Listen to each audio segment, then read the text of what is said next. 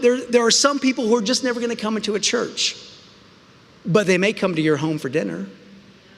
And they may grab a coffee with you, or go golfing with you, or toss a football with you, or see you at a baseball game. And there are opportunities. So the question becomes, if they're not coming to us, are we going to them? Because that's the commission. See, in the Old Testament, it was set up, the Old Testament pattern was that the people around the people of God would see what God did for the nation of Israel, and they would be in awe because of the exploits that God did for the nation of Israel. And they saw it, and they saw it, and they were. But they would have to look upon and gaze upon what God was doing. In the New Testament, it takes a different form.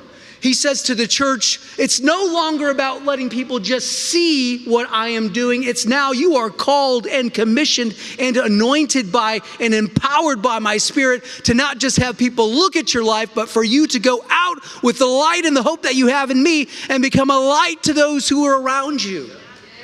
It's an outward push of the gospel, and that's what we're seeing in Acts. That's what we see in the early church. That's what we should hope for and believe for in our own personal lives. We are a church. We are called to be on mission. You, friend, are called to be on mission. We want to see more engagement.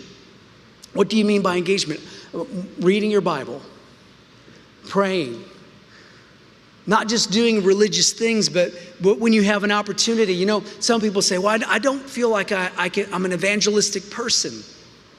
That's okay. You're not called to be an evangelist. You're just called to be able, in a moment, share a story about what Jesus has done in your life.